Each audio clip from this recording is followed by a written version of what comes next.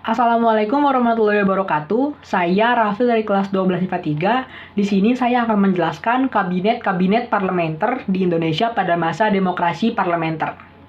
Pertama-tama saya ingin bertanya kepada para penonton. Apa itu demokrasi parlementer? Yap, benar. Sistem pemerintahan di mana parlemen negara punya peran penting. Pada sistem ini, rakyat memiliki keleluasaan untuk ikut campur urusan politik dan boleh membuat sebuah partai. Tokoh-tokoh yang mempercayai dibutuhkannya demokrasi parlementer di Indonesia antara lain adalah Muhammad Hatta dan Syuta Syahir. Adapun alasan perubahan sistem pemerintahan di Indonesia, perubahan dari presidensial menjadi parlementer dikarenakan kekhawatiran BPKNIP atau Badan Pekerja Komite Nasional Indonesia Pusat atas otoritas mutlak presiden sebagai pemegang kekuasaan tertinggi. Masa demokrasi parlementer pertama dimulai dari Kabinet Natsir, yaitu pada September tahun 1950 sampai Maret 1951. Kabinet Natsir merupakan kabinet pertama yang dibentuk setelah Republik Indonesia Serikat bubar dan diganti dengan Negara Kesatuan Republik Indonesia atau yang sekarang kita kenal NKRI.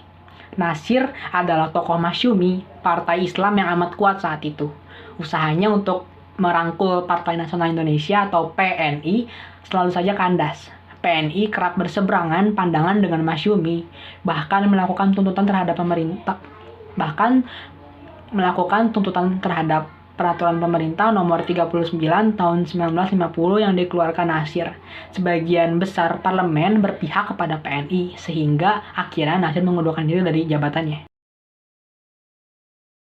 Yang kedua ada Kabinet Sukiman, yaitu pada April 1951 sampai Februari 1952. PNI mendapatkan posisinya dalam kabinet ini. Namun sama seperti sebelumnya, masih terdapat masalah. Sama seperti Natsir, Sukiman, Wiryo Sanjoyo sang Perdana Menteri adalah orang masyumi. Beberapa kebijakan Sukiman ditentang oleh PNI. Bahkan kabinetnya mendapatkan mosi tidak percaya dari partai politik yang dibentuk oleh Soekarno tersebut. Kabinet Sukiman akhirnya berakhir pada 23 Februari 1952.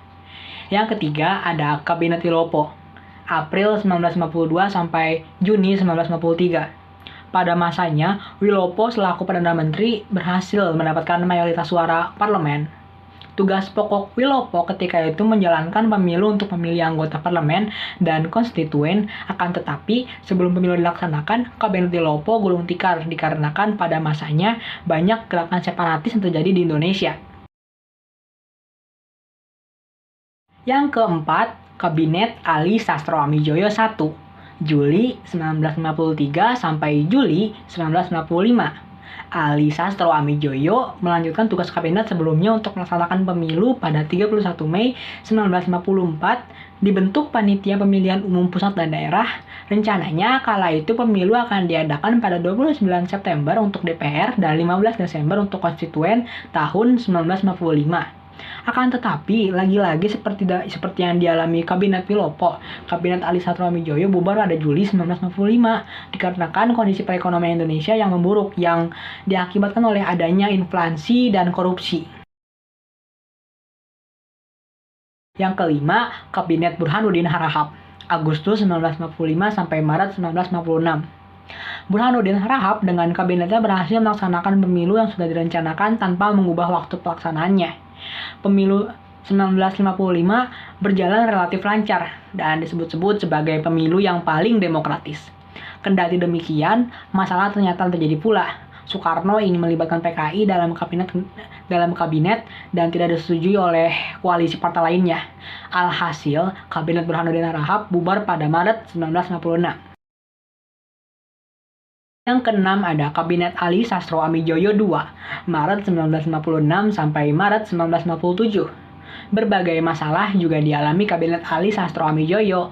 Untuk kali kedua ini, dari persoalan Irian Barat, otonomi daerah, nasib buruh, keuangan negara, dan lainnya. Ali Sastroamidjojo pada periode yang keduanya tidak berhasil memaksa Belanda untuk menyerahkan Irian Barat. Kabinet ini pun menuai kritik dan akhirnya bubar dalam setahun. Yang ketujuh ada Kabinet Juanda, yaitu pada Maret 1957 sampai Juli 1959. Terdapat beberapa program kerja utama yang dijalankan Juanda Kartawijaya, yakni membentuk dewan, normalisasi keadaan Indonesia, membatalkan pelaksanaan KMB, memperjuangkan rakyat Irian Barat, dan melaksanakan pembangunan daerah. Salah satu permasalahan ketika itu muncul ketika deklarasi Juanda diterapkan. Kebijakan itu ternyata membuat negara-negara lain keberatan, sehingga Indonesia harus melakukan perundingan terkait penyelesaiannya. Akhir dari demokrasi parlementer. Periode pemerintahan kabinet-kabinet membuat keadaan politik di Indonesia tidak stabil.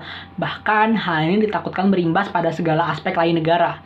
Hal tersebut akhirnya terselesaikan setelah Presiden Soekarno mengeluarkan dekret presiden pada 5 Juli tahun 1959 yang memuat bahwa Dewan Konstituen dibubarkan dan Indonesia kembali ke UUD 1945 alias meninggalkan UUDS 1950.